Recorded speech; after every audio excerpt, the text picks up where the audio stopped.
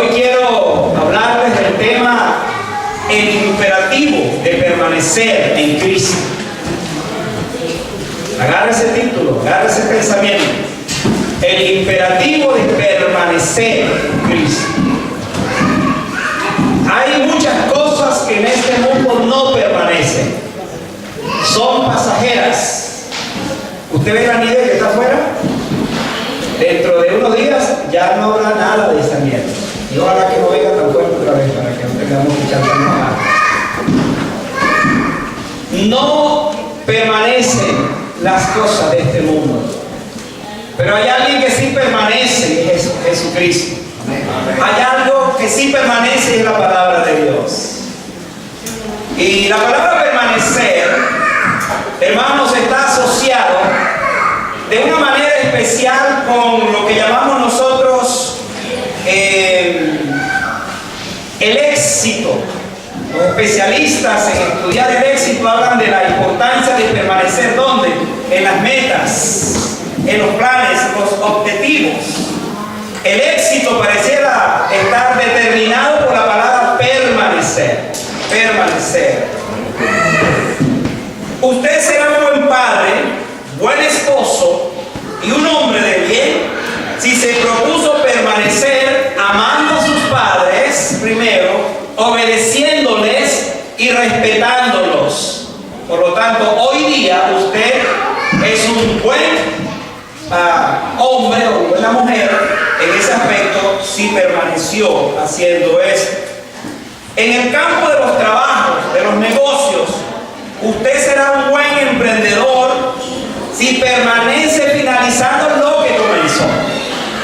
Estamos acostumbrados o escuchamos con frecuencia de hombres, mujeres en nuestro diario andar que comienzan algo con mucho entusiasmo y lo dejan al final en la mitad del camino.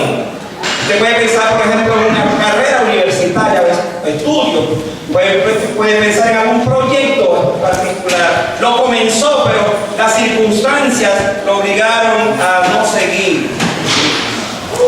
En el aspecto negativo, estamos hablando en ese sentido, cuando uno permanece haciendo cosas que no corresponden a la palabra, que no corresponden a lo que el Señor espera de nosotros, entonces el permanecer en esos aspectos va a traer consecuencias para nuestras propias vidas. El pasaje que estamos leyendo nos habla que si permanecemos en el Señor, viviremos una vida cada día más de éxito, una vida que nos va a llevar, como dice la Escritura, de triunfo en triunfo, de victoria en victoria. El permanecer en Cristo, amados hermanos, es el secreto de una vida victoriosa. Aquí no hay que estudiar mucho. Si yo no permanezco en el Señor, no puedo esperar bendiciones del Señor.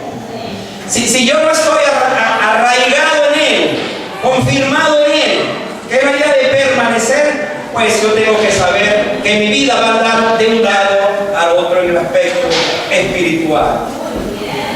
Nada le hace más bien a una iglesia que contar con hermanos fieles que permanecen a pesar de las circunstancias, que son capaces de enfrentar los momentos difíciles de la vida, sabiendo que al final del camino tenemos la certeza, la convicción que el Señor está allí para ayudarnos a permanecer, por supuesto, en su palabra, en su obra, especialmente lo que hacemos para Él. Yo quiero que respondamos la pregunta en esta hora: ¿qué nos revela a nosotros este imperativo bíblico? ¿Qué nos revela? Si ustedes lo que anotan, les voy a dar 4 cosas que nos revela este imperativo. Prepárense porque al final voy a compartirles algo que a ustedes les va a sorprender a lo mejor. Pero mi intención en esta hora y la intención de la palabra de Dios es que ella produzca en nuestros corazones un sentimiento especial. Y al salir de este lugar podamos decir: ahora como nunca, yo quiero permanecer en el Señor. Yo quiero vivir para el Señor. En primer lugar, vamos a decir que este imperativo nos revela cuándo se inició nuestra permanencia en Cristo. ¿Cuándo se inició? Vayan a su Biblia y vamos a ir allí analizando los textos de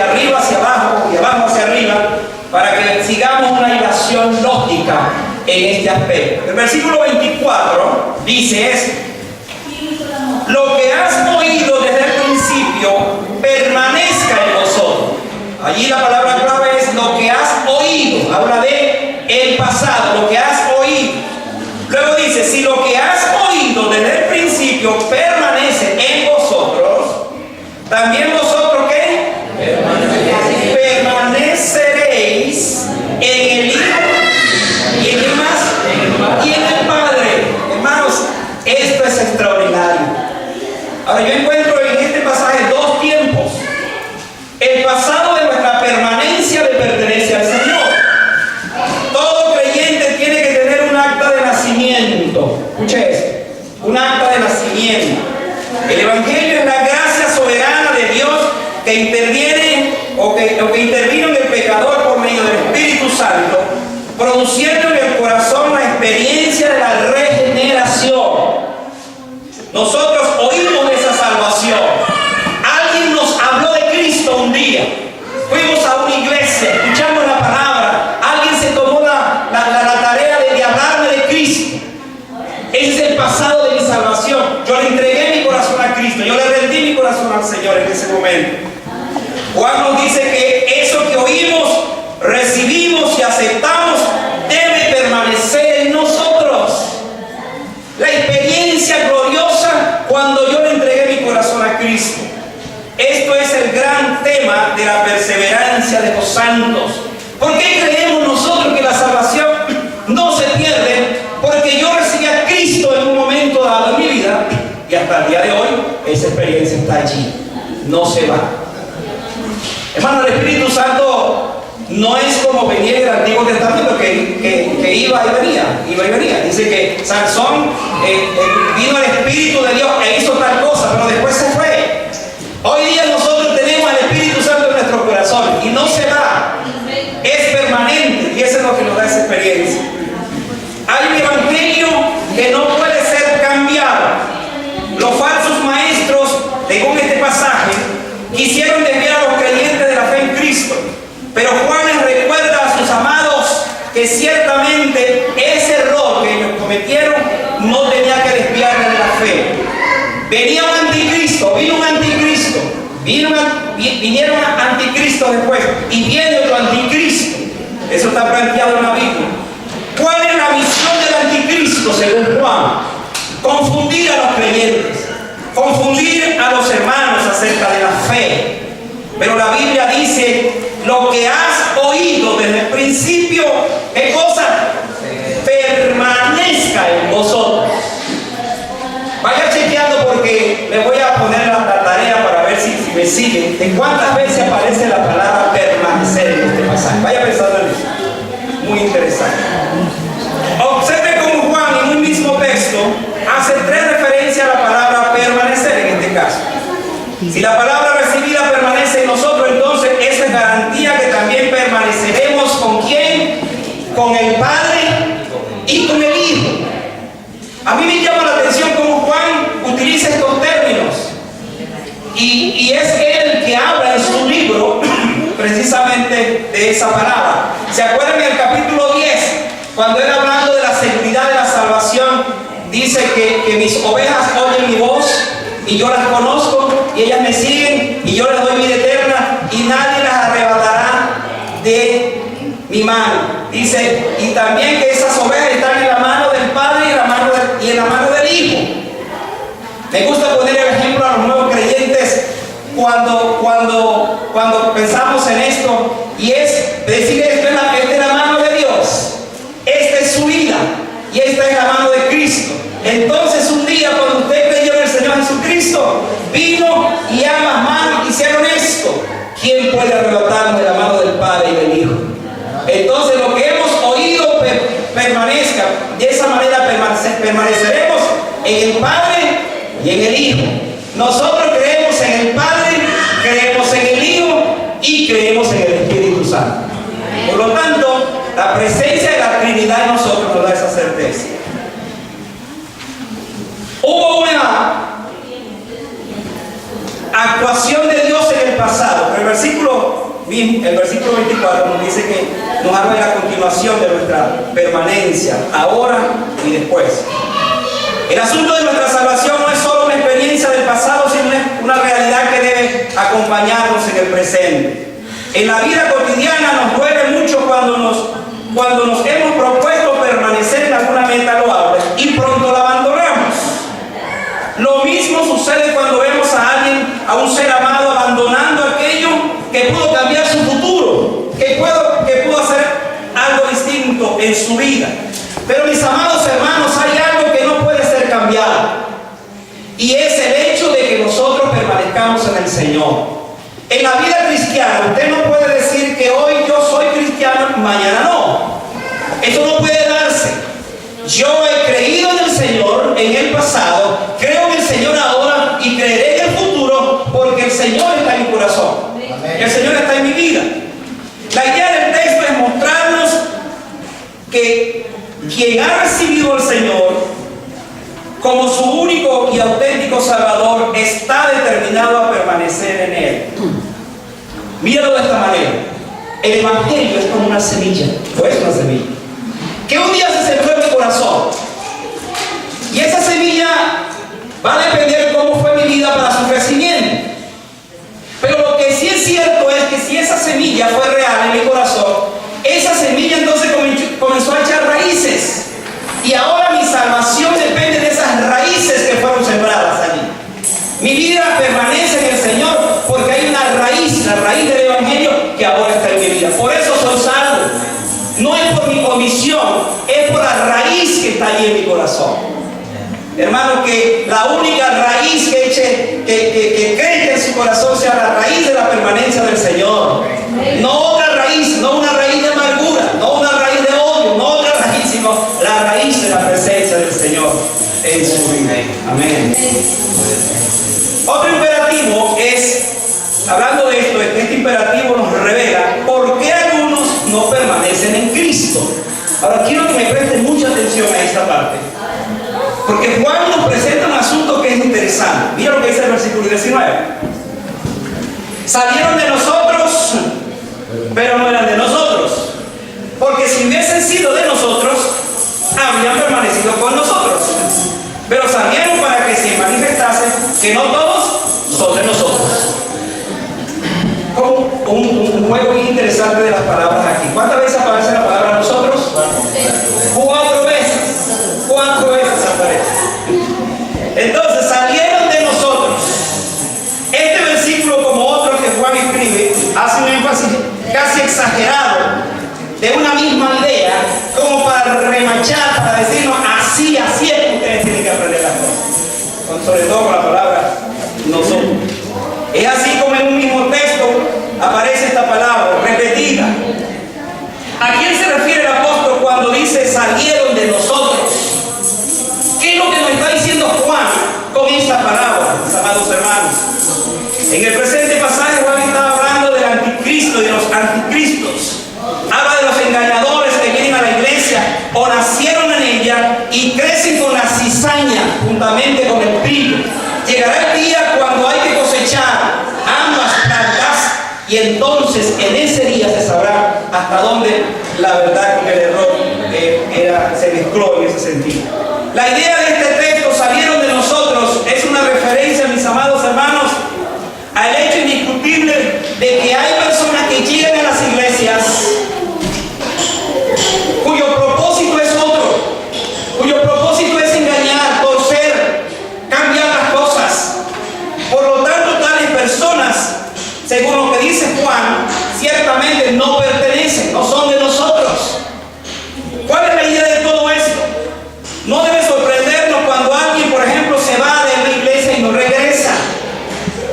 El asunto es que cuando Juan nos plantea esto, es porque no es de toda la fe. Y hay propósitos en personas que llegan a las iglesias para distorsionar lo que creemos. Cuando un creyente a través de los años permanece fiel, fiel al Señor, fiel a la palabra, fiel a la doctrina, fiel a las enseñanzas, entonces se ha identificado, se ha casado con el Señor, se ha casado con la doctrina y vive en esa dirección. Por lo tanto, es alguien que pertenece completamente al Señor. Juan dice, porque si hubiera sido de nosotros, ¿qué pasa? No se hubiera ido. Está enfatizando esa verdad. Juan sigue con la misma idea de aquellos que no permanecen porque simplemente quiero decir eso, no permanecen porque no pertenecen. Voy a hacer la aclaratoria para que entendamos bien. Si alguien no permanece en el Señor es porque nunca perteneció al Señor. Pero si usted permanece, es porque usted pertenece. Entonces, de esa manera podemos entender el pensamiento de Juan en ese aspecto. ¿Permanece usted en el Señor? Usted pertenece al Señor. Ahí está la idea del texto. Hermano, le tengo una mala noticia. No. La membresía de la iglesia no es garantía de que usted es salvo. Escuche eso. La membresía de la iglesia no es garantía de que yo soy salvo. Lo que me garantiza que yo soy salvo es porque he creído en Jesucristo. Simplemente. Por supuesto, y no quiero que me malentiendan que la iglesia es muy importante, es todo lo contrario. Si yo he creído en Cristo, entonces yo también creo en la iglesia, porque la iglesia es el cuerpo de Cristo. Hay una filosofía que dice por ahí, Cristo sí, iglesia no. Dice, por ejemplo, yo estoy bien, yo no tengo necesidad de iglesia. Mentira. Si usted es un hijo de Dios, usted tiene necesidad de iglesia, porque Cristo murió por la iglesia para santificarla, para entregársela, dice, delante del Señor. Entonces necesitamos de la iglesia en ese aspecto. Pero quiero decir que el hecho de ser miembro de una iglesia no es garantía de que yo soy salvo. Usted sabe que el ladrón en la cruz no tuvo tiempo de bautizarse, ni menos el miembro de la iglesia. No diezmó, no asistió a la escuela dominical. No, hermano. Pero ¿qué le dijo Jesús al ladrón de la cruz? Hoy estarás conmigo en el paraíso. Se lo dijo al buen ladrón, ¿verdad? Se lo dijo al ladrón y al ladrón. No hay buenos ladrones, hermano. Ni siquiera los de cuello blanco son malos. Entonces, no es garantía el hecho de que yo sea un miembro de la iglesia, pero sí entonces sé que si yo permanezco en la iglesia del Señor. ¿Amén? O sea, en ese sentido podemos ver cómo Juan nos habla. Y esto pone de manifiesto que la iglesia del Señor van a permanecer los que ya pertenecen a Cristo. Lo que finalmente nos asegura esta palabra del apóstol Juan es que los que no se van es porque siempre están, siempre son, le pertenecen al Señor, pertenecemos al Señor. Otro aspecto de este imperativo es que este imperativo nos revela lo que hace posible que permanezcamos en Cristo. Ahora, esta es la parte donde me voy acercando a algo que en este pasaje es extraordinario. Este imperativo nos revela lo que hace posible mi permanencia en Cristo. Vayan al versículo 20, por favor. El versículo 20 dice, pero vosotros, ¿pueden ver ahí? ¿Pero vosotros qué? Tenéis la unción del Santo y conocéis todas las cosas. Ahora, yo quiero preguntar, y aquí me confieso que nunca lo había hecho. ¿Cuántas predicaciones usted ha escuchado acerca de la unción? Levante su mano. Uno solo, dos. ¿Sabe por qué? Porque este tema de la unción parece que está como relegado a un grupo de personas especiales. Y por lo tanto, aquellos que tienen la unción especial son los que entonces como que practican y viven esa unción. Como que son privilegiados. Ahora les tengo una buena noticia. Allá vamos entonces. Escuchen entonces.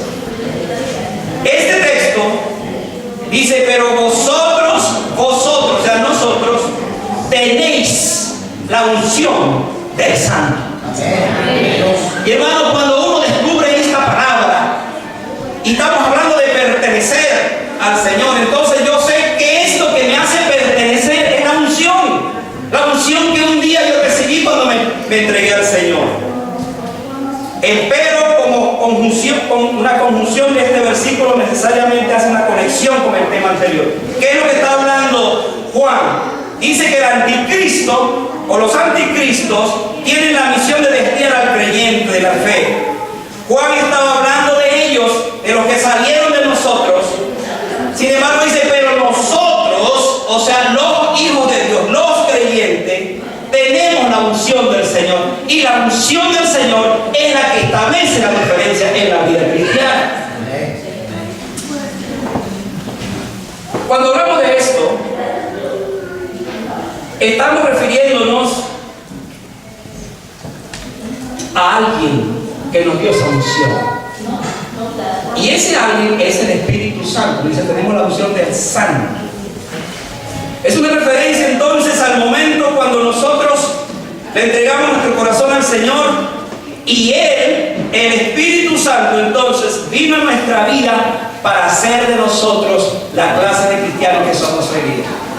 En el Antiguo Testamento habían 3 oficios a los cuales se aplicaba la unción. Vamos a ver si lo recordamos. Uno de ellos era el rey, otro era el sacerdote y otro era los profetas. Era una ceremonia especial. Si usted puede leer la historia, por ejemplo, de Samuel, como ungió al rey Saúl, al primer rey, agarró un envase grande y lo derramó en su cabeza. Después lo hizo con David y así lo hicieron. Y también lo hicieron con los profetas, con los sacerdotes, lo hacían antes, por supuesto. Y hermanos, era un privilegio para alguien muy especial. Era un privilegio para un rey. Imagínense un rey como David. Fue ungido por el Señor. Imagínense un profeta como Isaías, fue ungido por el Señor. O imagínense un sacerdote como Adán, fue ungido por el Señor. Eliseo y otros más. Pero hermano, la buena noticia es que usted no necesita ser rey, usted no necesita ser sacerdote, usted no necesita ser profeta para ser ungido de Dios, porque usted tiene la unción del Señor que le dio el Espíritu Santo. Y eso establece la diferencia en nuestras vidas, la unción que tenemos del Señor. Ahora, ¿cuál es el problema con esto? Que estamos acostumbrados a ver en la televisión, escuchar por la radio o a ver mensajes donde hay unos ungidos especiales que parece que son los únicos que tienen una aureola de santidad por allá, inaccesibles muchos de ellos, que son los únicos que son ungidos por el Señor. No, eso no es bíblico. Lo bíblico es lo que estoy diciendo y lo que Juan nos dice. Dicho sea de paso, Juan es el único apóstol que nos habla de la unción en el Nuevo Testamento. Más nadie. Y hace referencia a que el único ungido en extremo fue Jesucristo, el ungido de Dios. Cuando Él comenzó su ministerio dice, por cuanto me ungió el Señor para dar buenas nuevas a los pobres y a proclamar el año agradable del Señor. Pero hermanos, nosotros tenemos la unción. No pertenece a una casta santa. Nosotros somos apartados porque el Santo, el Espíritu Santo por nosotros y nos ungió. Me gusta esa idea de ungir, en el sentido de que fuimos habitados por Él. Tenemos el aceite de la unción en nuestras vidas, que es el Espíritu Santo, para hacer las cosas que pertenecen al Señor. Dice el texto, pero el versículo 27 ahora, miren eso. Pero la unción que vosotros recibiste de Él, que dice, permanece en vosotros y no tenéis necesidad de que nadie os enseñe.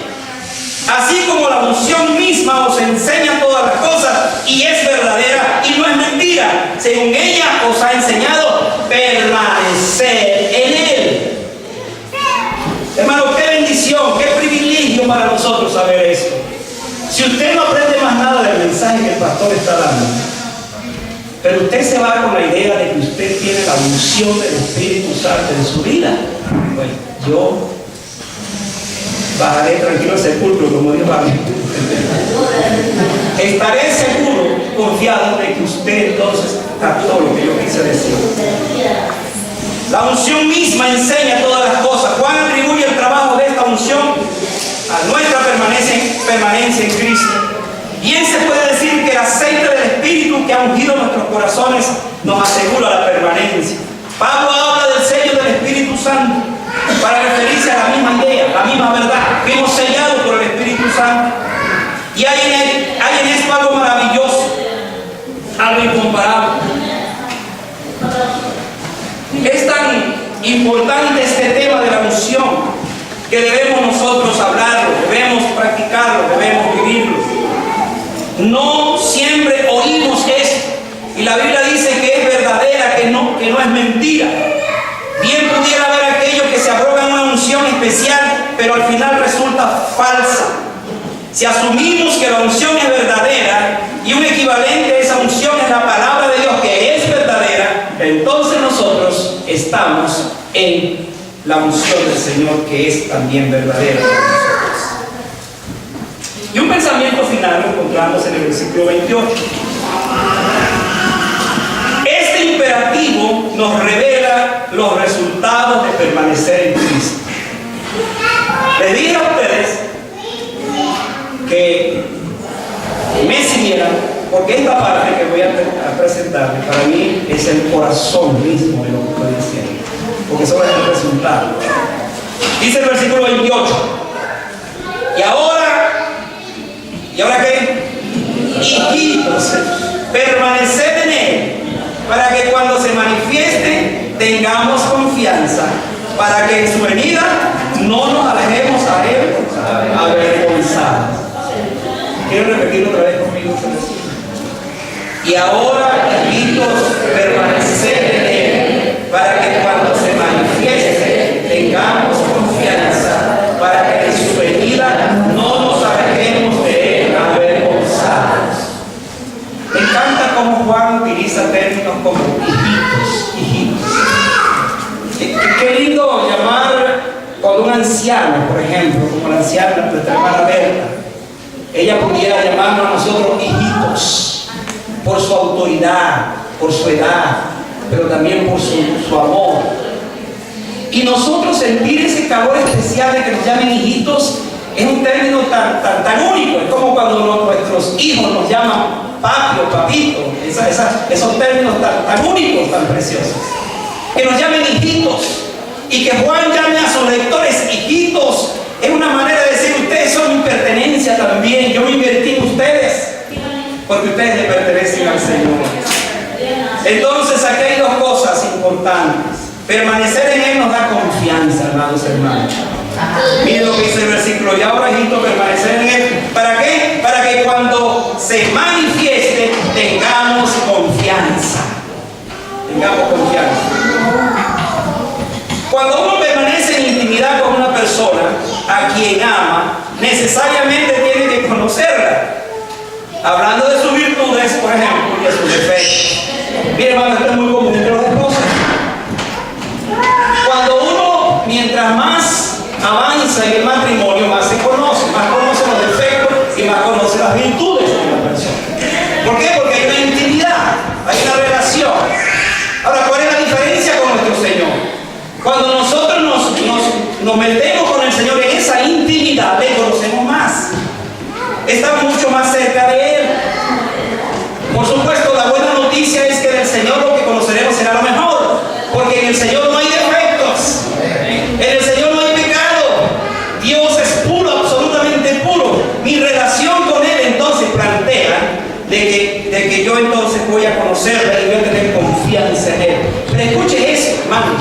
El pasaje está hablando de algo extraordinario, está hablando de cuando Él se manifieste. Y esta es la parte donde queremos llegar. Nuestra relación con Cristo no podía ser de otra manera. En la medida que nos metemos con Él y vamos conociendo. Y esa confianza la vamos a tener en la medida que sabemos que Él se acerca. En la medida que su venida va a ser un hecho, va a ser una realidad. ¿Qué dice esto? ¿Qué quiere decir esto? Si yo vivo en temor, por ejemplo, acerca de mi salvación, si soy salvo o no, entonces la venida de Cristo, en lugar de darme confianza, me da inseguridad. Yo voy a estar en esa zozobra: ¿seré o no seré? ¿Estaré o no seré? ¿Estaré o no estaré? Y entonces me manejo en ese ambiente, en esa dirección. Pero cuando yo conozco a mi Señor, cuando yo me meto con Él en esa intimidad, yo tengo confianza. Y sé que cuando Él venga, entonces porque ya viví con Él. No seré un desconocido, como alguien dijo. Cuando tú vas conociendo al Señor, en la medida que lo conoces más, tú eres más amigo del Señor. Y cuando Él aparezca, simplemente te va a reconocer que tú eres su amigo, no eres un desconocido. ¿Qué pasa entonces si yo no tengo intimidad con el Señor? ¿Qué pasa si yo no me relaciono con mi Señor? Entonces, cuando Él venga, yo me voy a sentir como un forajido. Y voy a sentirme ahí como inseguro. Y eso me lleva a esa verdad que aparece allí en el versículo 28, la última parte. Mira otra vez que dice: tengamos confianza para que en su venida no nos alejemos de Él avergonzados. Ahora, hermanos, yo sé que tenemos el ruido de los niños, pero trate de concentrarse en esta parte final del mensaje, porque aquí hay algo que es maravilloso. Es importante que lo entendamos. Cuando el texto dice, para que no nos alejemos avergonzados, hay dos maneras de interpretar este texto. Número uno, es que en efecto, cuando Cristo venga, habrá hombres y mujeres que saldrán avergonzados porque rechazaron, escuchen, rechazaron el tiempo de la gracia, rechazaron el día de la salvación, rechazaron a Cristo, no lo invitaron a su corazón. Por lo tanto, no estarán, o si están en su presencia, tendrán que alejarse porque no son hijos de Dios. Conocieron de alguna otra manera, quizás visitaron una iglesia, escucharon muchas veces del Señor, pero no le conocieron. Entonces, cuando Cristo venga, cuando estemos delante de Él, esa persona tendrá que alejarse avergonzado, como el joven rico que estuvo en presencia y tan cerca del Salvador Jesucristo y lo rechazó, o como aquel otro ladrón que en lugar de arrepentirse le pidió a Él que se salvara a sí mismo y lo salvara a Él, tan cerca de Cristo pero tan lejos a la vez. Esos serán alejados y estarán alejados y avergonzados. Pero hermanos, para sorpresa nuestra, este texto también nos habla de nosotros. ¿Cómo es que un creyente, cuando venga a Cristo, puede estar avergonzado? Y puede dejarse avergonzado. ¿A qué se refiere esto? Hermano, la Biblia nos habla del tribunal de Cristo, donde un día nosotros seremos juzgados por nuestras obras. Ojo, no para la salvación, porque la salvación es un hecho, pero sí por las obras. Jesucristo dijo: el que permanece en mí y yo en vosotros, este da muchos frutos. Y hermanos, los frutos de nuestras vidas son los que al final serán juzgados, son los que al final serán premiados. Si yo no viví dando frutos en mi vida, no puedo esperar entonces los galardones que el Señor tiene preparado. Entonces la pregunta es: ¿cómo voy a recibir yo al Señor? ¿Me voy a avergonzar cuando venga? ¿O sentiré el gozo más grande de saber como aquellos que reprodujeron los talentos y de 5 talentos me diste, aquí tienes 10, 2 talentos me diste, aquí tienes 4? Y escuchar la preciosa voz que dice: bien, buen siervo y fiel, sobre poco has sido fiel en lo mucho, te podré entrar en el gozo de tu Señor. Hermanos, este texto nos compromete.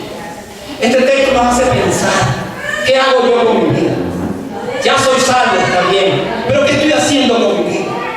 Tenemos retos muy grandes. Y hermanos, el reto más grande de un creyente es otro creyente. Es otro creyente, no puede haber otra cosa. Yo nací como un hijo de Dios para que otros nazcan como hijos de Dios también. Esa es mi labor, esa es mi tarea, ese es mi compromiso, y yo debo vivir en ese compromiso. Aquel será el día del gran gozo para muchos, pero será el día de vergüenza para otros. Hermanos, yo quisiera que esta iglesia y todos nosotros ese día tengamos tremendo gozo. Cuando estemos en la presencia del Señor, cuando Él descienda y cuando Él venga, y no tengamos nada de qué avergonzarnos, porque lo que Él nos mandó a hacer lo hicimos para Él. Y de esa manera podemos estar en su presencia. En este texto aparece la palabra permanecer varias veces. ¿Cuántas veces aparece? 7 veces. 7 veces. Chevita se encantó. En el texto 7 veces. ¿Por qué? 7 veces. ¿Y qué significa el número 7? Perfección. Algo curioso. Si el número 7 es perfecto y aquí aparece 7 veces la palabra permanecer, entonces, hermano, el llamado es para que nosotros permanezcamos en el Señor. Permanezcamos. Hermanos, no seamos esos creyentes que un día van a la iglesia, no otros no van porque amanecí con el apellido atravesado, porque peleé con mi esposa, por cualquier cosa. No, hermano, permanezcamos y sean fieles y constantes, trabajando con el Señor, porque la obra del Señor no es en vano.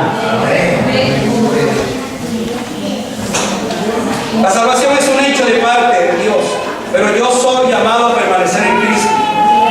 El ser humano es muy cambiante en su decisión. No somos dados a permanecer, pero este texto nos dice que debemos nosotros permanecer en el Señor. ¿Quiere ir conmigo a Eclesiastés capítulo 10? Para que estemos terminando.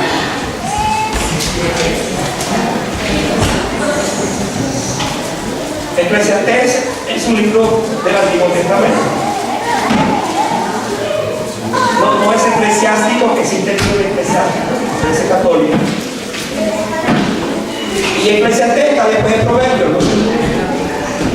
Manejen bien su Biblia, hermano. Capítulo 10, Eclesiastés.